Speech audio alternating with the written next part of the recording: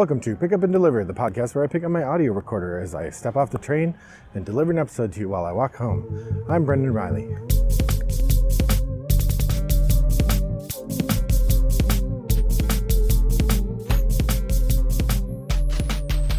Well, good afternoon, listeners. It's a lovely day here in suburban Chicago. I'm heading home from another day at work and looking forward to talking to you about some games. I don't remember where I am in the episode publication schedule or what I've done recently. So when in doubt, talk about some more games I've tried recently. That's right. Today I'm doing Board Game Espresso Triple Shot. For those of you new to the podcast, Board Game Espresso is an episode where I talk about 3 games that I've tried for the first time recently, and usually one game I've dusted off to talk a little bit about something I haven't played in a while. It's pretty great. So, today I am going to talk about, first off, There's Been a Murder. There's Been a Murder is designed by Steve Darlington, published by Tin Star Games. This is a game my friend Paul brought over for us to play. It's a very light card game with a simple mechanism. It actually is a little bit reminiscent of Coup. Because in There's Been a Murder, you get one card, or love letter, I guess. You get one card, and then you draw a second card, and then you play one of the 2 cards that you've drawn. And the goal is, as a group, to discover the murderer and identify them. And we win the game in one of 2 ways. One, if the investigator and the murderer are ever in the same hand at the same time, then we win, because the investigator reveals the murderer. Or if someone else is able to force someone to discard the murderer card, then we win. Now, as I said, it's sort of reminiscent of Love Letter or Coup, because the other thing about it is it's really short. We played 3 games of There's Been a Murder, and I think the longest one was 6 minutes. And this is just a function of the way the game works, and I think demonstrates a real problem with the game, which is that one of the things that can happen is that you just draw the card that makes the game end. You always have 2 cards, and you can play one of them. And the whole thing is, if you have the murderer, you actually want it to get revealed, but of course you're not allowed to reveal anything about what you have except through the card play. So there's an element of hiding, but you actually want to get caught if you're the murderer.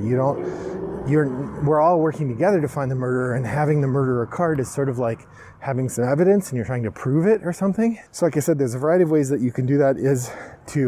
There are a number of cards that will move cards around or get cards sort of played out. If you discard the murderer, that's one of the ways to end the game and win.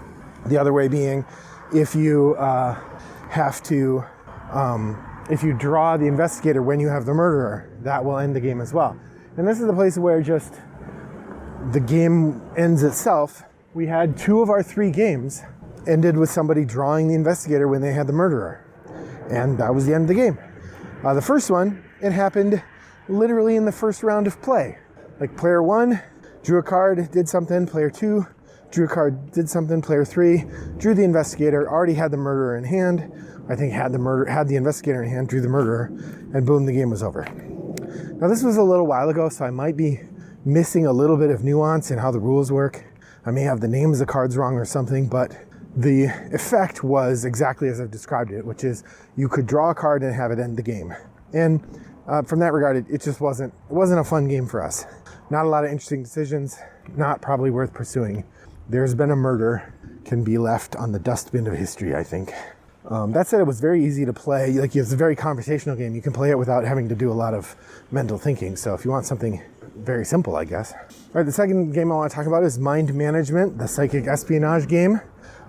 If you're looking to buy it, it's spelled Mind and then MGMT. It's named after the graphic novel series of the same name.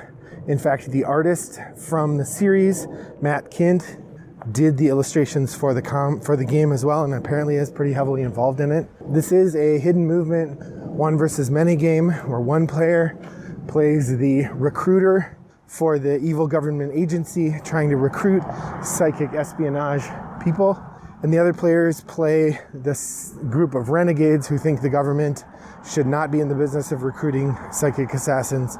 And so you're trying to find the psychics and get them before the recruiter does. Or you're trying to find the recruiter. Like I said, it's a one versus many game, and at its core, it was an interesting one. I mean, there's a little bit more going on than something like a Scotland Yard, but a little bit less going on than something like a Fury of Dracula.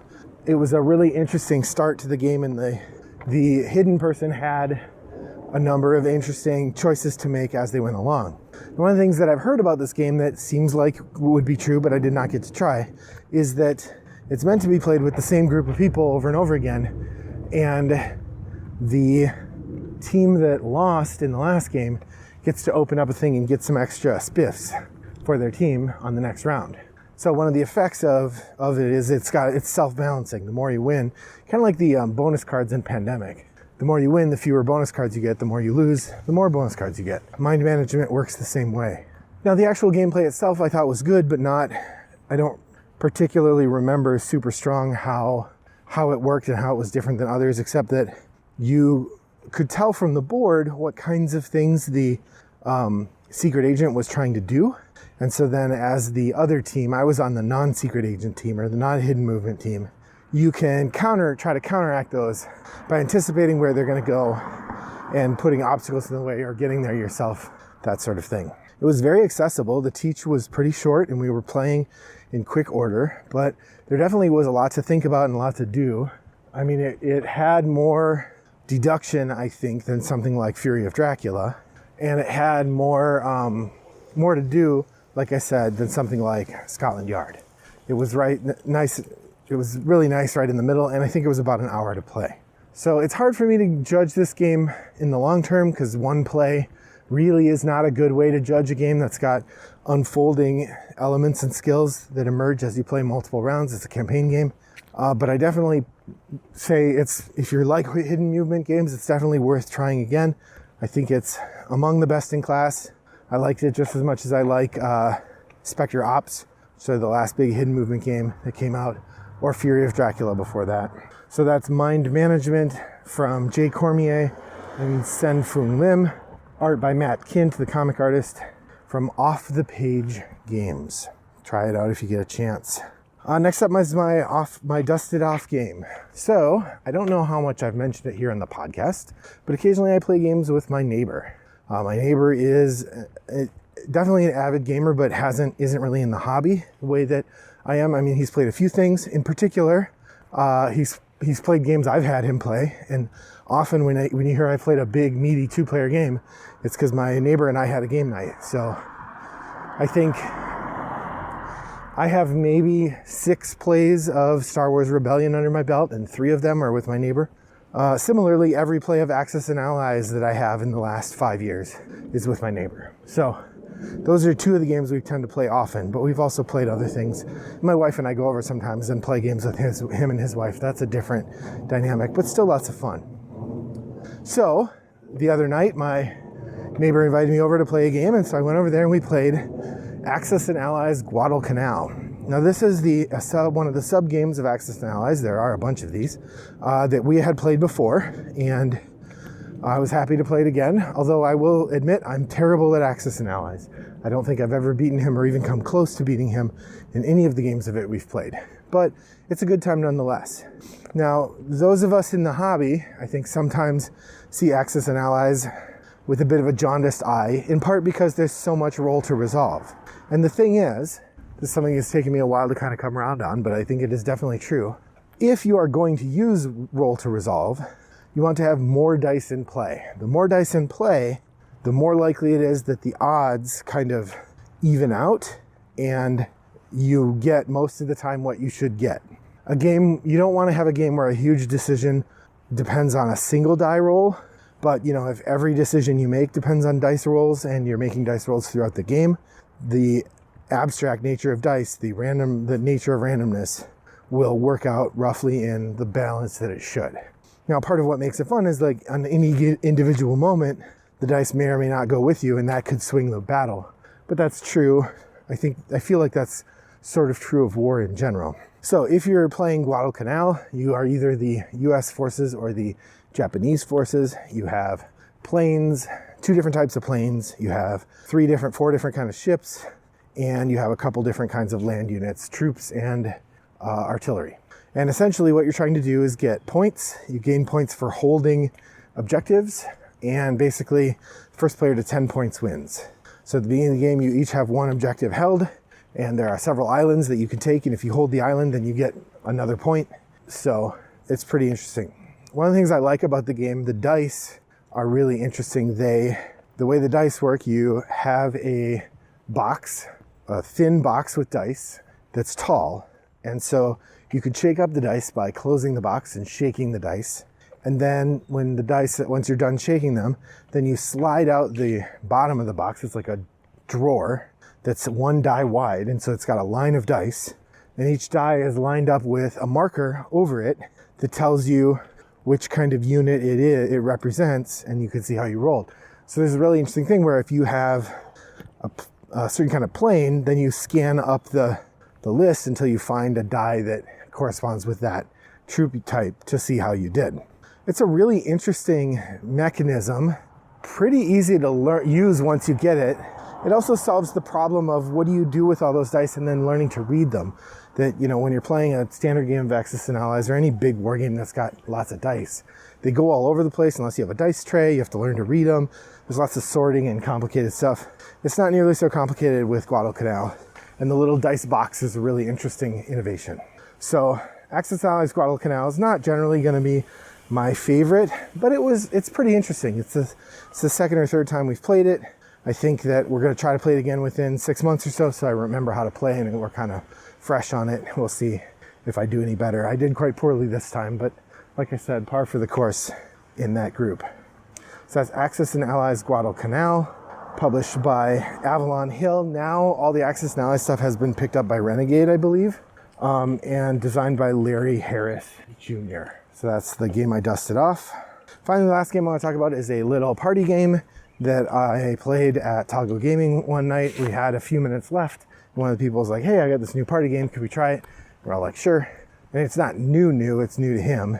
It's called Poetry for Neanderthals. And this game is published by the Exploding Kittens Company, drawn by Matthew Inman, and designed by Matthew Inman and Elon Lee. Actually, just designed by Elon Lee. It is a party game, and the idea is that you are trying to get your team to say a word or a series of words or something. And the big twist on it is that you can only say 1-syllable words. So you end up kind of talking like a caveman, or a sort of stereotype of a caveman, because you're just speaking in 1-syllable words, and you're trying to get people to say things. I mean, that's really it's taboo with 1-syllable words. It's basically the idea. It's goofy fun. I mean, any game in that genre that has a slight twist on it is probably going to be fun. It's a reliable formula for a reason. The game itself comes with a plastic club, inflatable plastic club, that you use to bop people on the head when they say a word incorrectly. We did not inflate the club. We just said wrong or grr or whatever. We did something else instead because we didn't really want to bop people on the head. It's fine. I am definitely not going to go out and buy it, but I have in the past passed it up at Goodwill. And I think if I found it at Goodwill for $3 or less, I would probably buy a copy because it is a goof and it's kind of fun. And Matthew Inman's art is very funny, as it always is. So that's Poetry for Neanderthals. Worth a try if you get a chance. I wouldn't spend a lot of money on it, but it's a hoot. And that brings me to the end of the episode. I hope that you've had a lovely day. I've had a lovely day, and I've had a lovely walk. What games have you been playing lately?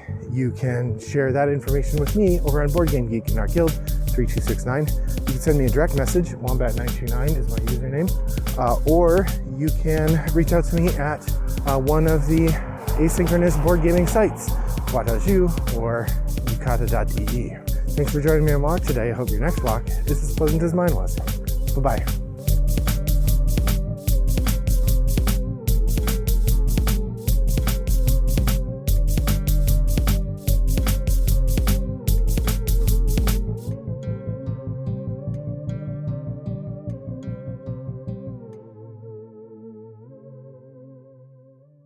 And the big twist on it is that you can only say one syllable words. You can only say one syllable words. So, brought to you by Rattlebox Games.